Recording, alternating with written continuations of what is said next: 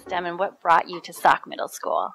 Well, Salk Middle School is a great example of kids learning skills that we need in this country. And if we're going to be a country that makes stuff again, invents things, exports to the world, we need more schools like Salk Middle School where the kids are so clearly engaged in real problem solving. They're learning their math, they're learning their science, but they're also learning how to apply it to the real world, and they're excited about it.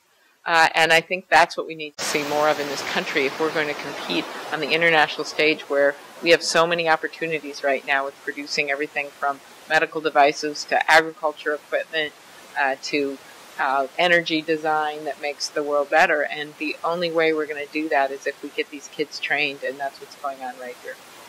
All right. So welcome, Senator. We sure appreciate you coming out here to our building to hear about our magnet program and our STEM curriculum. We began as a program in 2007 as a program within our building, and we received a locally funded grant through Northwest Suburban. Program and the STEM theme were developed to draw students from across school district boundaries.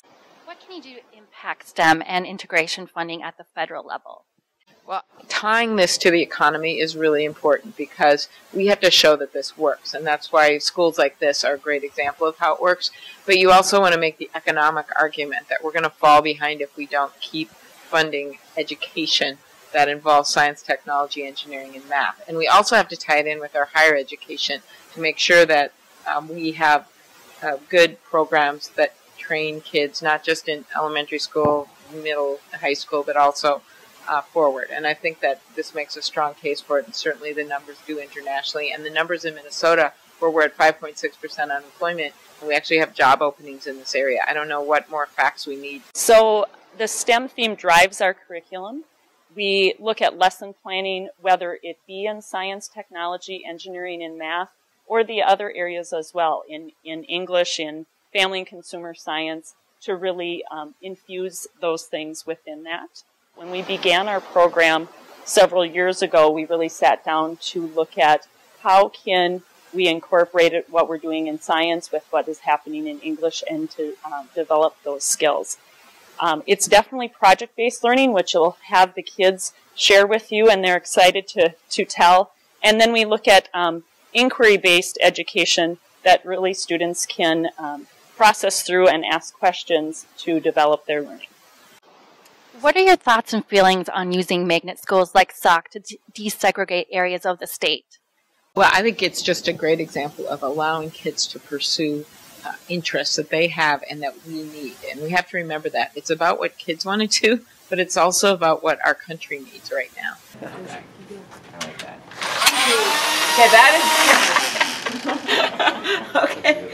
All right. Very good. So our quarterly themes are technology applications, scientific communications. Quarter 3, which we are in at this point, the nature of science and engineering, and this week is National Engineers Week, so we've been utilizing engineering strategies. Yes, in our homeroom. Actually, today is Introduce a Girl to Engineering Day, so kind of fun. And then quarter 4 is STEM in Society. And so we have really looked at trying to be thoughtful about integrating technology for all of our students in all of their classes. And when we had the magnet grant years ago, really looked at what would that look like, with the understanding that we wanted it to be sustainable and that technology be used kind of in a cutting edge sort of way. So we were able to purchase many tangible items, but really looking at the pieces of how can our students thoughtfully use technology within their learning and then beyond. See, this is a lot better than my science project in junior high. I tried to burn garbage and to see if it would turn into compost or something. And we put it on a Bunsen burner for a month and nothing really happened. Well, we did that for Christmas time so we could put them on our trees. Oh, how fun. That's very cool. And what are the main messages you told Salk students about STEM and your advice for their futures?